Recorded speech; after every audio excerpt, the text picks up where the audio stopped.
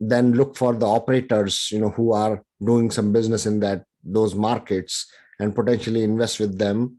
But the purpose of today's webinar is to discuss about the benefits of passive investing. I know, Stefan, we were talking earlier, and you had some good points regarding depreciation and stuff like that. Do you want to elaborate on some of them? Well, depreciation, yeah. So naturally, yes, real estate investing, as you, Prashant, know well, is like extremely tax efficient.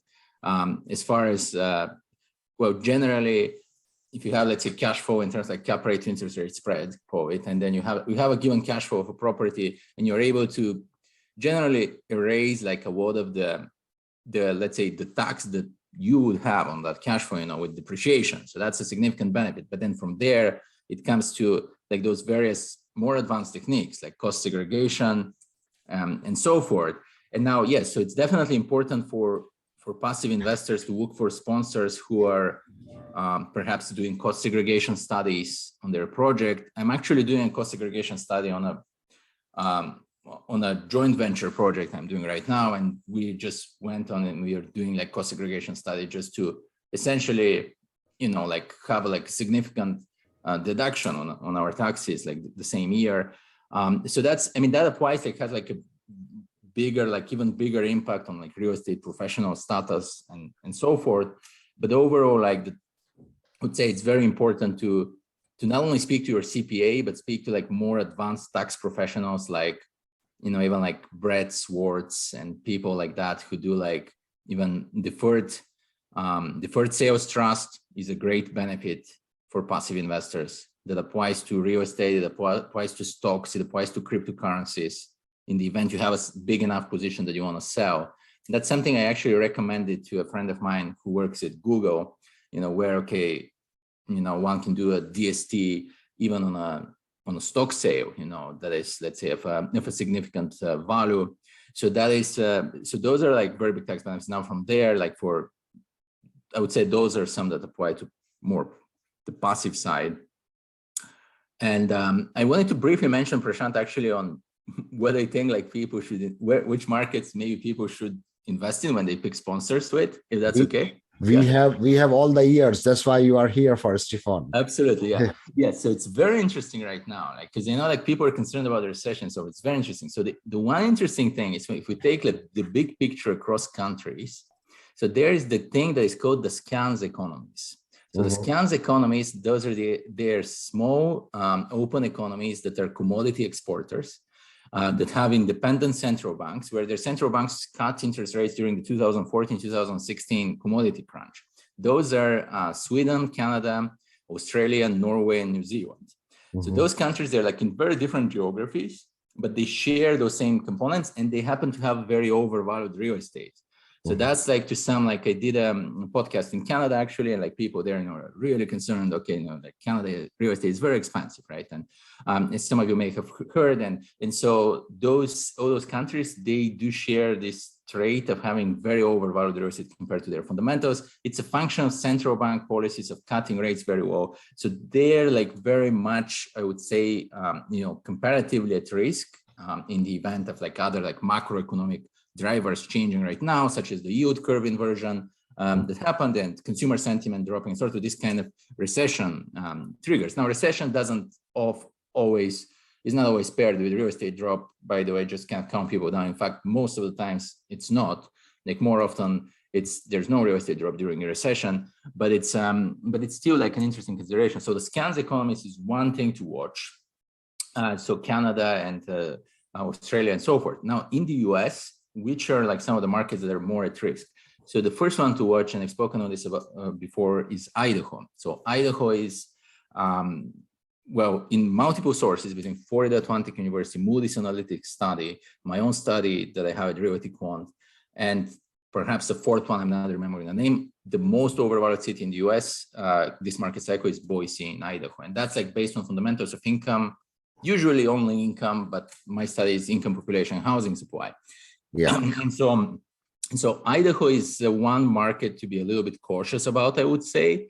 And then like some Western markets, well, some states like Nevada and Arizona and Utah are a little bit have moved also higher.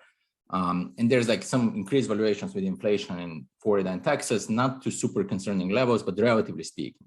But then investing in the Midwest broadly is very fairly valued. So states like Indiana and Ohio and Kentucky are still fairly valued. And then the Northeast, where, okay, it's not so desirable due to various policies for the different sponsors of real estate, but the Northeast is generally undervalued right now, you know, in terms of, so very low downside risk. And so, that's like an interesting perspective. So more cautious in terms of a recession in places like Boise, Austin, Phoenix, some of the very booming markets. They will continue booming a lot, perhaps while we're in the same market cycle due to momentum, that's as I mentioned earlier, but more cautious on the downside risk. And then much less in places like Louisville, Kentucky, and in Indianapolis, I guess even like Pittsburgh and, you know, like markets like that in the Midwest and Northeast. I would not be too concerned there. I actually, I had a meeting with this private equity fund, and they adjusted their strategy to invest in ahead of like the prospects of a recession, to invest in only secondary and tertiary Midwest markets. And I thought it was very interesting because it's actually, okay, Midwest is fairly valued, that's actually quite safe. If you're even in secondary and tertiary Midwest, you're going to be fine this market. Yeah. So to passive investors, like that's kind of my advice to, okay, I mean, depend on your risk tolerance. Now, you can still invest in Phoenix. You can still invest in Phoenix. It's appreciating, like projects have made a fortune in Phoenix right now, right?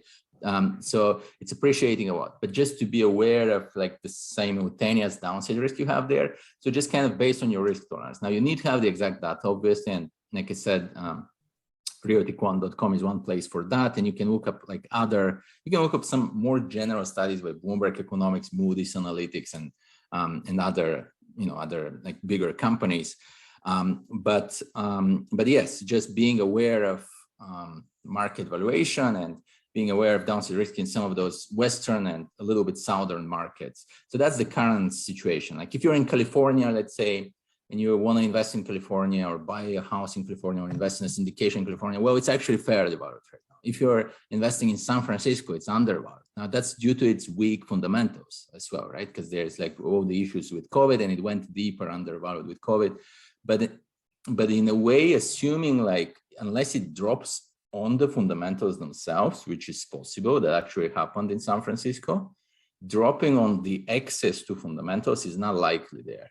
And so it's kind of, it's an interesting perspective where, okay, people left California to invest in Nevada because it's cheap, but then now Nevada is expensive on relative terms, and California is fairly valued on relative terms. So it's quite interesting. So California may be more expensive in absolute terms, but in relative, it's actually fairly valued, and Nevada is expensive in relative.